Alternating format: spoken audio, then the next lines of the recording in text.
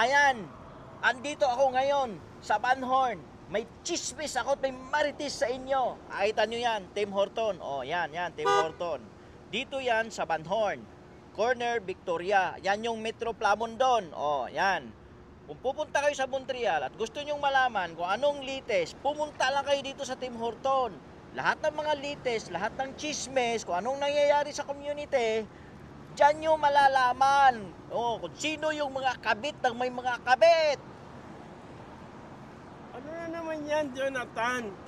Ano sinasabi mong dyan pinapanganak ang mga chismis? Nako, Jonathan, wag mong patunayan sa mga tao yan. Marami magagalit sa'yo. Alam ko marami nabibiktima ng chismis yan. Ako mismo, biktima rin yan. Totoo ang sinasabi ko, totoo. Diyan pinapanganak lahat. Alam mo yung chismis na yan, totoo yan. papatunan mo yan, sigurado mag-aaway tayo. Totoo yung sinasabi ko. Kung gusto nila malaman kung anong latest dito sa Montreal, pumunta lang sila dito sa Tim Horton. Marami kang makakaaway, Jonathan. Hindi lang ako.